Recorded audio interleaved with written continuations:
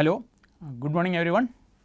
So, we are discussing the various methods for idea generation as a first step towards the concept generation. We discussed one intuitive method yesterday and then briefly discussed about the second method also. The first method was brainstorming, which is very commonly used in generating new ideas or to get large number of ideas to solve a problem. And the another method we discussed was 635.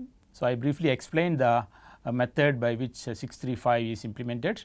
So, we have 6 people sitting around a table and then each one will be given a A4 sheet for recording their ideas, and they will be asked to write down 3 ideas, write down or sketch or whatever way they want to express the idea, and they will be given a fixed time to do this stage. So, each member sketches 3 ideas for the primary product function, and after t minutes members pass their ideas to the person on their right, and for the next t minutes members modify the ideas on the sheet with the option of adding new ideas, and passing the sheet continues until a member's original sheet returns, the round ends. So, that is the way how the first round goes. So, at the end of the first round the first person gets his own sheet back, and then he will see that the first 3 ideas whatever he suggested, that has gone lot of modification and the new ideas have come in the sheet. So, at the end of this first round each sheet will be having 10 to 15 ideas to solve a problem. And then after some discussion, so there will be some discussion and then the round continues. So, they will go for another 5 rounds and finally they process all the ideas and then summarize the ideas. So, that is the way how the 635 works. So, just to give you a brief idea how these rounds will look like or how the people will start expressing their ideas in the sheet, we will take a very simple example and then see for some problems how the ideas can be generated and how this can be explained in the sheet. So, let us take the example of the tea maker. Again in one of the earlier classes I mentioned about the functional decomposition of a tea maker, and then there we found different functions needed in the product. So, the product requires many functions, sub functions are there in the product. So, you can take one sub function and then see what kind of ideas can be developed for that particular function. So, this actually shows the black box approach for the decomposition, and these are the inputs, these are the outputs. Okay. So, cold water, tea leaves electricity, hot tea waste leaves waste energy. So, you should take this as the input and outputs, and then you will be able to see that there are different requirements in the product. So, dispense correct amounts of tea and water, that can be a function needed. So, you need to have one function will be dispense water, one function may be dispense tea. So, this need to be in a proper proportion. So, we need to dispense correct amounts of tea and water. So, these 2 functions, how can we actually get a concept for doing that, or provide the right conditions for brewing, decide the right time to separate tea leaves from water. So, there are different requirements. So, we can say dispensing water and leaves is a function, heating water is a function, combining tea and water is another function needed in the product. So, these are the functions that can be identified in the tea maker. Of course, there are many other functions needed, but then we are just trying to take out these functions and then see how we can develop concepts using 635 method. So, look at this dispense tea. So, you want to dispense a fixed amount of tea leaves to make the tea. So, depending on the number of tea required, you need to have a fixed amount of tea leaves to be dispensed. So, what are the ideas that we can have in order to do this? So, if you give this to a person in the 635 method and ask me to sketch the ideas, then he can actually give many ideas like this. So, one is this a constant volume gravity feed, that is the name what he wants to give for this. So, he is actually explaining that there will be a tea hopper in which the tea will be stored, and then you can have something kind of a slide gauge. So, each time you slide it once, then you will be getting a fixed amount of tea. So, that speed at which you want to slide and what is the stroke length, that can be decided, and based on that you will see a fixed amount of tea falling into the container. So, that is one method to get the tea dispensed for a fixed amount of tea dispensed. So, another method could be a constant volume screw feed.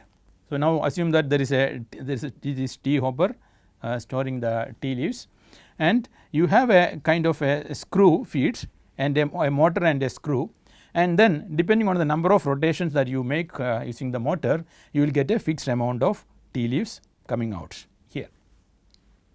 That can be another idea to solve this problem. So, if you make 2 or 3 depending on the number of rotation the motor makes, you will get the amount of tea. So, you can actually control it also. So, this is actually an idea compared, this also a possibility, this also a possibility, and which one you want to choose again depends on so many other factors. So, compared to the brainstorming method you will try to explain, okay, you can use a screw feed or you can use a gravity feed, but here it is much more clearer, okay, what do you actually mean by gravity feed, what actually mean by the screw feed is explained using a sketch.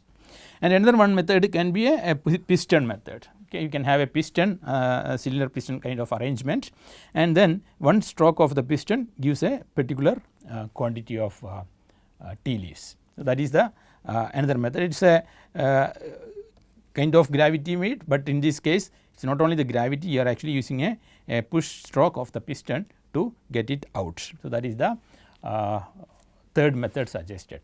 So, this is the way how the 635 will proceed, and then you pass this to the next person. He will look at this and he will get some idea, okay, oh, you have this piston method, gravity and screw feed, I can also think of some other method, and then he will also come up with some methods to add. So, keep on like this, it keeps on adding in the paper. So, more and more ideas will come. So, that is the way how it will proceed. And another example and another function, suppose it is dispense water. So, dispense tea is a function, dispense water is a function. Again you want to dispense a fixed quantity of water for making tea. So, what are the ways in which you can do? So, you can actually do a gravity feed, as you can see here, something similar to this gravity tea, but tea dispensing. So, here is a gravity feed and a water container and a valve. So, you can actually control the valve and then get the flow. It is a very common way of doing it. Another method is like this, you can have a controller, an inlet valve, inlet and a valve, a controller. The controller will look at the water level, and then based on the control input, it will just pump the water out. So, you will be getting the water out from the container using a electronic control. That is the one idea. Here it is again using a pump. So, you can just use a motor and a pump, very conventional way. So, you use the pump to get the water out from the container. So, you can run the motor pump for a particular duration, you will get the water coming out. Another one is an air pressure type. So, you can actually have an air pressure. So, this is a bellows. So, you actually apply some force here to move the bellow, then you will be getting the pressure, air will be pressurized, and that will actually pump the water out. So, that is the another method. And another one is a steam pressure. Okay, instead of having a manual pressure application, you can apply a steam, and that will actually pressurize the water inside, and then the water will come out. That is another way of looking at it. So, which one is suitable, which one is feasible, we do not worry about whether that is a highly difficult or very easy, how much complexity it will bring, all those things are not considered here. You write whatever the idea you feel it is good. So, you whatever you think can be used, you please you keep adding it. So, you will get a lot of ideas like this. So, another function here, heating water. Suppose you want to heat water is a function. So, you can actually have brainstorming or 635 method idea generation sessions for individual functions. So, each function you can take and then do a idea generation session, and then you can get ideas. So, here heating water. So, you can use a heating coil. So, water will pass through the pipe, and then you can have a heating coil wound over it, then you will get and heating this you will get hot water. Another one is the conventional conduction mechanism. You have the heating coil at the bottom of the container, and then you will be using that to heat the water. The third one is an immersion coil. So, you can actually immerse the heating coil into the water and then heat it, or you can have a heater outside the container. So, you can keep it outside the container and the heat this heat will be used to heat the whole container, and the water will get heated up, and then you can heat the water. So, these are the ideas. Of course, you can have many more ideas like this. So, you start with some ideas and then keep moving the paper to the next person, and then keep on adding ideas. So, another function is combine tea and water. So, you can combine this, you need to have fixed amount of tea and fixed amount of water, and then water is heated. Now, you need to mix this tea and water. So, how do we do this? We can actually have different ways of doing this. So, one is that add tea to the water. So, you have the water boiling, fixed amount of water is taken and then it is boiling, and then you add the tea powder directly like this, or you can have tea straight to water.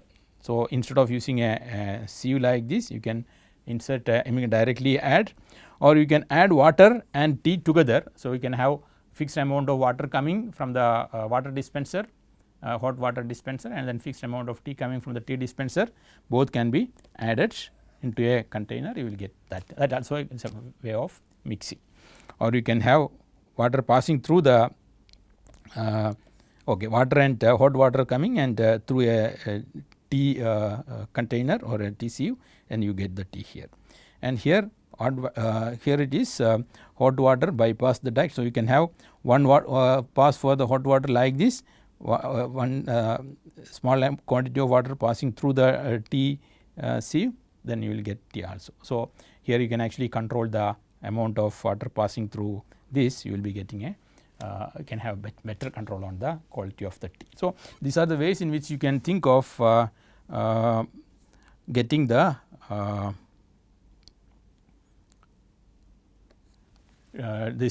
combining tea and water.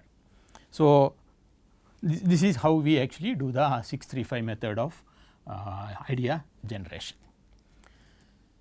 So, the advantage here is that you can have a much more clarity on what is the idea that you are proposing.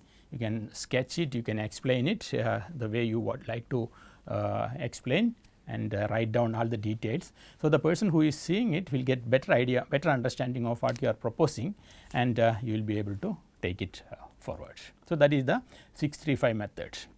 So, the first one was brainstorming, where you it is more vocal than graphical or creating sketches. Here it is more of creating sketches and then limited interactions. So, these are the two methods. Now, this also has got some limitation, because you do not have you cannot really explain the idea to the other person. He may understand it based on the sketches and whatever you mentioned. Probably you don't have enough opportunity to explain this to the other person. So, that is one limitation here compared to the brainstorming. So, to avoid this issue, people have come up with a slightly different method, which we call it as the gallery method.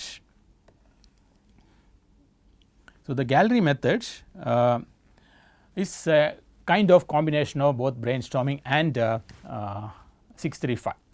So, here what we do, we will ask every individual to sketch his ideas and present it to the group. So, in this step, idea generation step, for 15 minutes the individual members create solutions intuitively and without prejudice, using sketches if necessary. So, they will be given, instead of giving an A4 sheet and asking them to sit around a table, each one will be given a big sheet, kind of a poster sheet, and ask them to sketch their ideas and explain it the same way what we do in the 635 method in the first stage.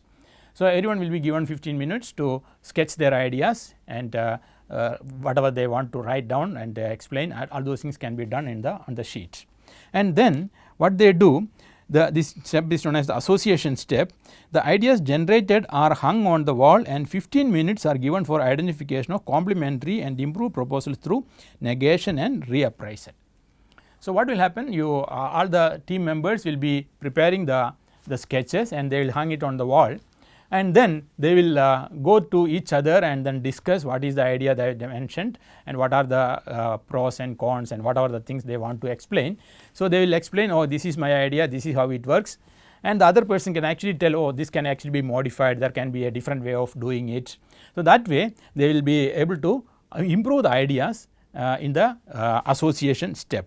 So, this is to some extent a combination of the 635 and the brainstorming. So, for some time there will be some brainstorming happening after the initial step of idea generation, and this association step will help everyone to improve their ideas based on the feedback they receive from the individuals, and again they will go back and then redo the ideas and get more ideas. So, that is the idea generation step 2. The ideas and insights are further developed based on the association step, and this will continue for 2 or 3 rounds, and then they will stop and then they will sit together and consolidate all those ideas generated and then see how to take it forward. So, that is known as the gallery methods. The selection step, all generated ideas are reviewed, classified and if necessary finalized. Promising solutions are then selected. So, based on the first level of idea generation, they will sit together, work, look at all the ideas generated and then see what are the promising solutions and then decide to take it forward. So, that is basically known as the gallery method of idea generation. So, these are the 3 intuitive methods. So, the first method is brainstorming method, the second one is 635 and the third one is the gallery method. So, you can use any one or all these methods to generate ideas. So, the more the ideas, the better the final solution, that is the basic premise. So, you can have any number of idea generation sessions and any number of times you would like to do it, and any method you can adopt and try to see how you can actually improve the total number of ideas generated for a particular problem. So, that is the first stage in the concept generation or concept development. Now, you need to take it forward to the next level of finding out the concepts. As I mentioned, the ideas need to be converted to more concrete concepts. So, that is the stage where everyone will sit together and then convert these ideas into concepts. The concepts will be more concrete way of representing the solution that can be used for solving the problem. Okay, so, these are the 3 intuitive methods we discussed, and as I mentioned, during any of these idea generation sessions, you need to ask some questions to ensure that the idea keeps flowing. And so, these are some of the tips that you can use, okay, put to other users. So, how to have other application a particular problem or a solution. So, new ways to use, other users if modified, other places to use and other people to reach. So, these are the questions that you can ask, okay, can we use it in some other ways, or is there any other method which actually uses the same principle? Is there any other areas where this principle is being used? Are there any people who are using this to solve a problem? So, these kind of questions are the one which the leader should ask the team, so that they can actually keep the momentum. Similarly, adapt, how to adapt something existing. Okay, is there any way to adapt the existing methods and modify the existing methods? Can we give a new twist to this, or can we change the meaning, color, motion, order, taste, form or shape to suit a particular requirement? And magnify, can we expand things, can we add something, can we increase the time of application, or can we have more frequency of using this? So, these kind of questions in the magnify category. And then minify, the basically the other side, okay, can you reduce something, can you reduce the time, can you reduce the frequency, can you miniaturize, can you lower the temperature, or can you lower the weight. So, these kind of questions you can ask to. Okay, similarly reverse, combine something, substitute something, rearrange, eliminate. So, these are the key questions the team leader should ask, or the team members also can actually keep asking these kind of questions to themselves, so that they will be able to come up with new ideas. The reason why we are asking these questions is to keep the thinking in different directions. So, we want the participants to think differently and in different directions. That is why we keep asking these questions. That will actually trigger the ideas, and then that may lead to more good ideas coming out. So, the leader should have the ability to ask questions and then trigger the participants to come up with new ideas. Okay, that is the importance in the intuitive method of idea generation. Okay, so let us discuss the logical method here. So, the last three methods that we discussed, they are the intuitive methods where the intuition of the participants plays the major role in getting solution. But in the logical methods, we have a logic in coming with a solution. It is not based on the intuition, but it is based on some logic. So, if there is a problem, then this could be the solution because of so and so reasons. That is basically a logical based idea generation. So, this was proposed by a Russian genius. His name is Heinrich Althusser.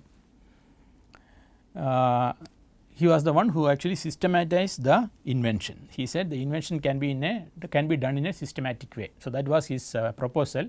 If you want to invent something, there is a way to do this. So, you go in that you take those steps, then you will be able to make inventions. So, that is the proposal he made, and this is known as theory of inventive problem solving, or TIPS in English. So, we call it as TIPS. So, TRIS was the Russian acronym. So, he was a Russian scientist. So, he coined this terminology in Russian language, and the English conversion is theory of inventive problem solving. So, how can we solve problem using inventive method, and what is the theory for that? So, he proposed a theory of problem solving. So, finally, he said that okay, any invention can be done in a systematic way. So, normally we think that invention is not a systematic process. You keep on searching and you will find a solution, but he says no, do not do that way. There is a systematic way of approaching the problem and you can solve it. So, that is the theory of inventive problem solving. So, in the conventional way, suppose you want to solve a problem and you do not know where the solution lies, you keep on searching for the solution. Suppose this is the timeline, and this is the space where actually you need to search for solutions, and your problem solution may be somewhere here, it may be lying somewhere here. Okay. So, you keep on searching all these space, and then you keep on searching, and finally you reach here, oh okay, and then you will be able to get the solution. So, probably it will take maybe 2 years or 3 years to reach the solution, because that is where actually the solution, you do not know the solution where it is, you keep on searching all the space and then you find it out. But Althusser said you do not need to do this, you tell me what is your problem, I will tell you where will be the solution space or what will be the solution space. You go there and search only, you do not need to search all over the space to get the solution. You go to that particular location where the solution can be found, and then you search for the solution, you will find it. For example, now he is saying this is the, suppose this is the way normally we do the invention. He says that you tell me the problem, I will tell you okay, if this is the problem, your solution will be lying somewhere here. So, this is the only place where you can find the solution. So, that you can actually jump directly and then search for it, you will be able to get the solution in a much shorter period of time. So, this is the proposal he made, that is the essence of the TIPS methodology, where he says that if you have a problem, I will convert that problem into a systematic or a standard problem. Your problem will be converted into a standard or a generalized problem, and then I will tell you okay, where actually you can find solution, you go there and find the solution. So, that is what actually he proposed. And how did he come up this solution or this methodology? Basically, he looked at the patents available in the all over the world. So, this person, he looked at patents. So, all of you know that a patent is a document that you can see, or when you do an invention, you file a patent application, and then the patent authority will give you a patent saying that okay, you have done this invention and these are the details of the invention, you have the right to use it. That is a patent in general. and all this patent information will be available in public domain, so that you can search for the details. So, whenever you have you want to, or when you see want to know something about, you can actually search for the patent, and you will see people have tried to solve it in different ways, and each one how they solve the problem. Now, this person, he actually looked at all around 400,000 patents. He searched all the patents available in the world, because these are publicly available data. So, he searched all the patents, and then each patent he tried to analyze what the inventor is trying to do. So, he was trying to solve a problem, and then he found that every design problem they were trying to address kind of a design contradictions. So, all the patents, because you want to improve something, for example, you want to reduce the weight of something. Okay, you want to reduce the weight of something, that is your requirement. But when you try to reduce the weight, what will happen? The strength will also come down. So, the strength also will come down, which you do not like. You do not want the strength to come down, you want the strength to remain same, or you want the strength also to go up. But this is a contradiction. So, it is not possible to reduce the weight and then have the same strength. So, that is a contradiction in the design. Now, somebody will try to come up with a method to solve it, then he will get a patent, and he will say, okay, this is the method by which I try to reduce the weight and then still maintain the strength. Like this, he tried to study all the patents, and he found that every patent is basically a solution to a contradiction. So, that was his first understanding. So, it is a contradiction in the design space. So, everyone is trying to solve a contradiction existing, okay, solve the contradiction, that is the first thing he understood. So, there is a contradiction in all the patent, whatever patent he is tried to understand, he found that there is a contradiction between two parameters in the design. So, for example, like strength and weight, okay, that is the way, or the pressure to applied and the force to be used, things like that.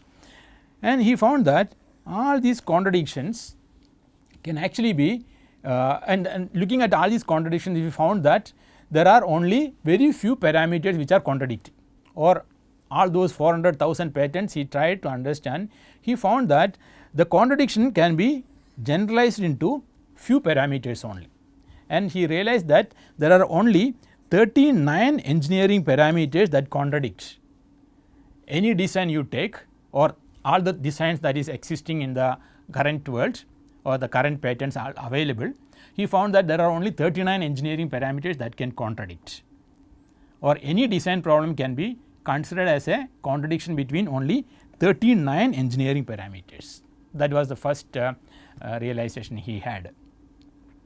And then again he tried to understand, okay, if there is a contradiction between one parameter and another parameter, what is the way they tried to solve it. And then he realized that there are only 40 engineering principles that can be used to solve all the contradictions existing in the world. That is, all those patents what are the 400,000 patent available, they used only 40 principles to solve a problem, or all the principles they used to solve the contradictions can be brought down to 40 engineering principles. And then using this he said, now you tell me your design problem, I will tell what are the contradictions existing in that design problem, and I can tell you if these are the contradictions, then I can tell you which principle can be used out of these 40, which principle can be used for solving the problem. Okay. So, that is the TIPS methodology, theory of inventive problem solving.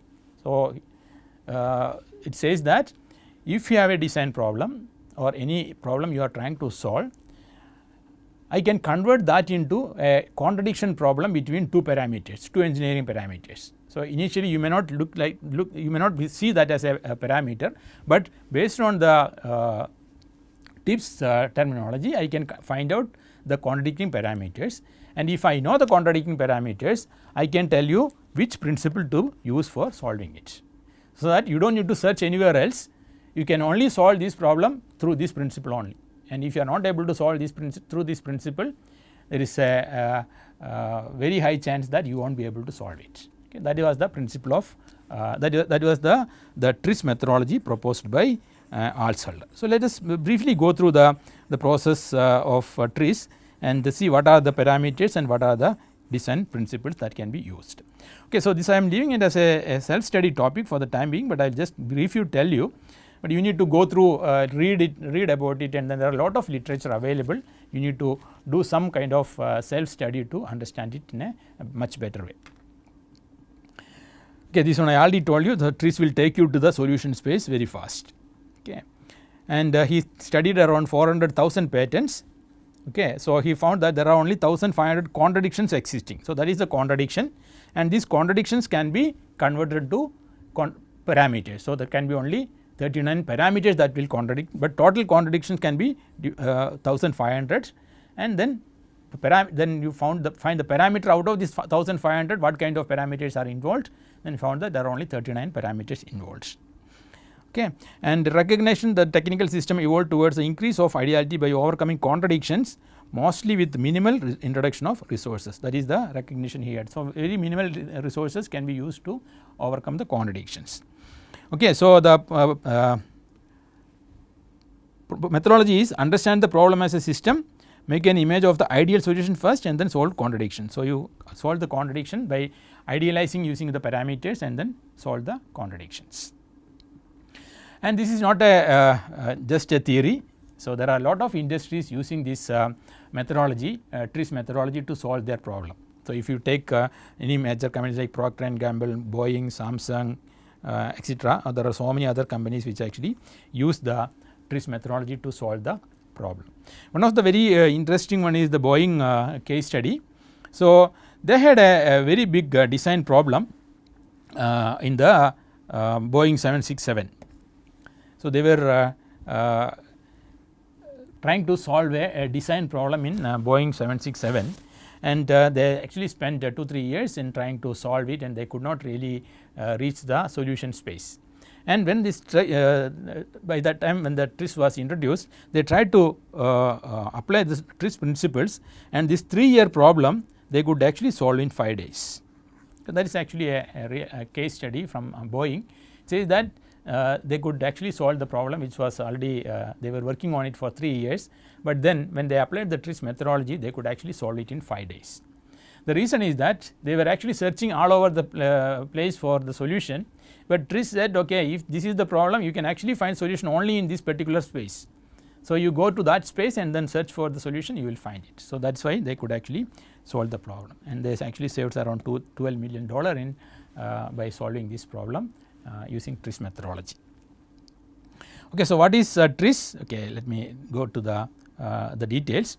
So, the essence of problem, technical contradiction. So, TRIZ says that the technical contradiction is the most important thing that is need to be understood in any design problem. What is the contradiction that you have? And then they identified that there are only 39 parameters of systems and has provided a matrix of 39 by 39. So, he said or he identified there are only 39 parameters. Now, you can actually create a matrix of the 39 parameters. That is, you have a parameter. So, you want to improve this parameter. Okay. So, for example, you want to improve the strength. Okay, you want to improve the strength of something, and then you see that this is something which actually goes against your wishes. So, you say that, okay, I have this weight, the weight of the object.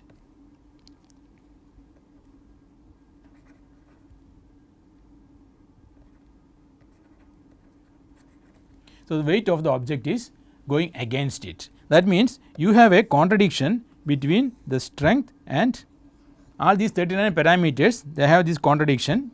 I mean, you can find out the contradiction between parameters, not necessary that every parameter will be having a contradiction with the other, but there can be parameters which contradict when you try to improve this. Suppose this is the improving parameter, and this is the one which actually going against that parameter. Now, this is the 39 by 39 matrix. Now, we want to know if there is a contradiction between strength and the weight, and I am trying to improve the strength and the weight is actually going against my requirement, what kind of solution can be used to solve this? So, that is what we need to know now. Then if we can actually have that kind of a solution can be identified, and then we will be able to get the solution space very easily. So, that is the 39 by 39 matrix that we can have between the contradicting parameters. Now, by surveying a huge number of patents, he found that there are only 39 and there are principle of which principle of invention to be used, and he found that there are only 40 principles available. There are only 40 principles that can be used for solving the contradictions. Any contradiction you will be able to solve by any of these 40 principles. Not all 40 need to be used, but there may be 3 or 4 principles that can be used to solve the problem.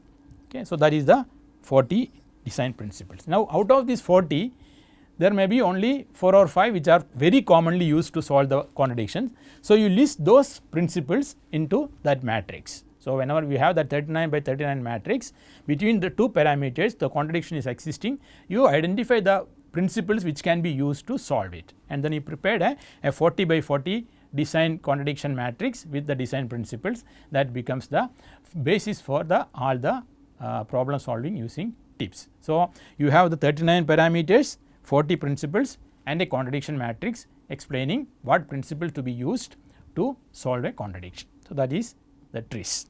Okay, accumulation of this analysis revealed that in each of the 39 types of problems. So, which principles are most used in each of the 39 parameters. So, he identified all those parameters, all those principles, and then listed it in the matrix, saying that if you have a contradiction between this parameter and this parameter, use the principles 6, 8 or 10, like that he listed. And now, whenever you have a design problem, you can just identify the parameters and then see which principle can be used, and then start using that principle to solve the problem. So, it will not give you a direct solution, it will tell you what kind of design principles can be used to solve, and then you search for it and then get the solution. That is the TRIS methodology. Okay. So, 39 engineering parameters, 40 inventive principles and a contradiction matrix of 39 by 39. So, this is the TRIS methodology. I hope you understood this. So, the TRIS matrix will be okay. These are the parameters that identified by the inventor or Alshüler. So, weight of moving object, weight of stationary object, length of moving object, length of stationary object, area of moving. So, like this he identified 39 parameters: force, velocity, pressure, etc.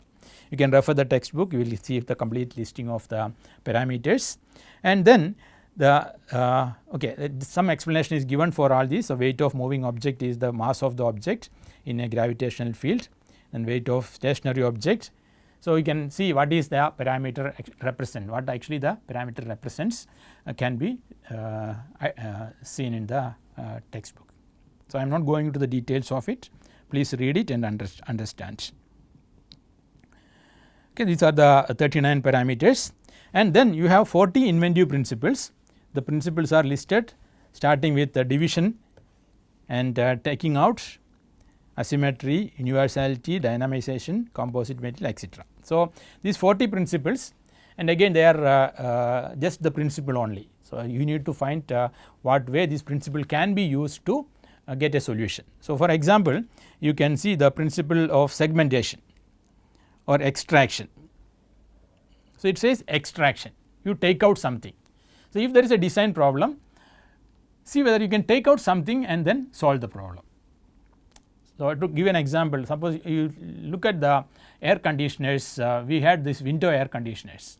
So, this window air conditioner, when you switch on, there will be too much of noise coming from the air conditioner. So, it is actually a problem for people who want to sleep without any disturbance. The air conditioner noise will be always there in the room when you switch on the AC. So, someone was trying to see how can you reduce the noise. So, that was a design problem. You wanted to reduce the noise. So, one way to reduce the noise is basically to reduce the compressor or improve the compressor design, so that it will not generate noise. So, that is one option. But then there can be another option like that, whichever is making noise, you take out that part and separate it. That is basically you take out, extract it. So, that is the way how actually that problem was solved. Actually the compressor which was actually creating noise, it was taken out from the window side and then it was kept separate.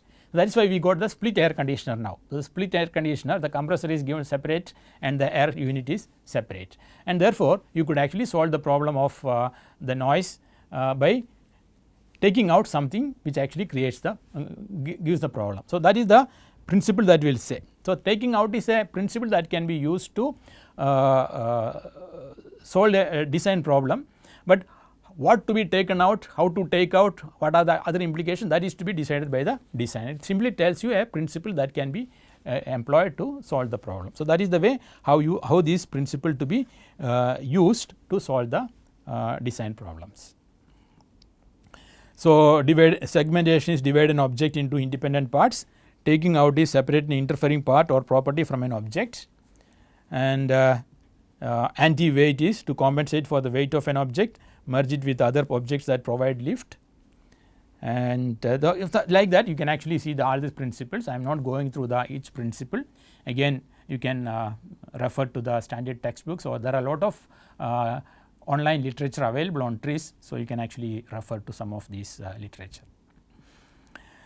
Okay, so, finally, the contradiction matrix, as I told you, there will be a contradiction matrix. So, which inventive principle to use for solving our specific problem. Okay. So, this contradiction matrix really a 39 by 39 table or matrix, which says that the top 4 most frequently used principles in each box. So, what are the top most 4 principles that are employed by designers to solve the contradiction is listed there. So, if there is a contradiction between one parameter and another parameter, what are the most commonly used principles to solve, that is listed there, and you will be getting the contradiction matrix. So, you can see the contradiction here. Suppose you want to improve the weight of an object, okay, whatever, improve in the sense you want to reduce the weight of a moving object, but then you see that the area of moving object is actually going against your requirement. You do not want to reduce the area, but the area is also reducing when you try to reduce the weight. So, that is a contradiction. This is the feature you want to change in this direction, that actually going against. Now, you have to see what are the principles to be used. So, it says that principle 29, 17, 38 and 34 can be used to solve this contradiction. So, any one of these can be tried to solve it, and if you are not able to solve using these principles, it is very likely that you will not be able to solve it. Okay, weight of the moving object. So, if you want to change the force, weight of the moving object and the force. So, this you can see. Suppose you are trying to improve the weight of the moving object and force is contradicting, then you have to use this principle. But if you are trying to improve the force and the weight of the moving object is going against, then this would be the principle to be used. So, this way, by looking at the matrix, you will be able to find out which principle can be used to solve the problem. So, this is there in the whole matrix. 39 by 39 matrix will look like this. So, this is the whole 39 by 39 matrix, just for your information, and you do not need to remember this matrix or the principle to be used. You can always refer to the standard table and then find out which principle to be used. So, I will summarize tips and then give one example how it is used in the practical scenario. So, determine the conflicts in the design, formulate conflicts in generalized parameters, determine the design principles using contradiction matrix, use the design principles to have creative solution. So, this is where actually the designer's role comes into picture, because up to here you can actually use the contradiction matrix and then find out the design principle, but then how to use the design principle and how the solution can be arrived at depends on the designer. So, creative design, then sketch the idea and refine it to integrate the product concept. So, this is the tips summary. Let us take a simple example and then we will stop here. So, you can see a iron box.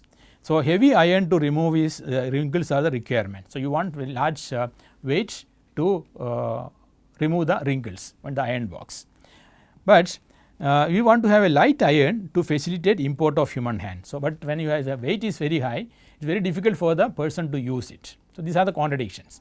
You want to reduce the weight of the iron box to make it easy for use, but then when you reduce the weight, the pressure or the force applied on the cloth is reduced. So, it actually having a contradiction when you try to reduce the weight. So, the conflict is with regard to the force. So, you want to improve the force on the cloth, and then the weight of the moving object also increases. So, when you try to have more force, the more weight is needed. So, there is a conflict between these two parameters, force and moving object. Now, we will look at the table contradiction matrix and see what is the contradiction existing between 10 and 2 and what are the design principles that can be used. So, if you look at the table, you will see that the principles 8, 1, 37 and 18 can be applied to solve this problem, to directly solve this problem. Now, principle 8 is the anti-weight. So, if there is something weight, it is creating a problem, you try to provide an anti-weight, that is you merge it with other objects which can provide lift, like helium balloon or forms for reducing the weight or providing anti-weight. Another principle of 1 is basically segmentation. You try to see whether you can segment into multiple parts to reduce the weight, or thermal expansion, use thermal expansion of materials. So, you can use the thermal expansion of materials to change the weight. So, if it is tight joint together by cooling the inner part or contract heating, like this, that is a thermal expansion. And the next one is mechanical vibration. So, can you provide vibration instead of increasing the weight? Same weight, if you apply vibration, you vibrate it, you can actually increase the force applied. So, that is the another method of another principle that can be used to solve this problem. So, these are the principles. Now, the designer has to see which principle can be used to solve this problem. Okay. Then finally, you will be getting a solution based on that.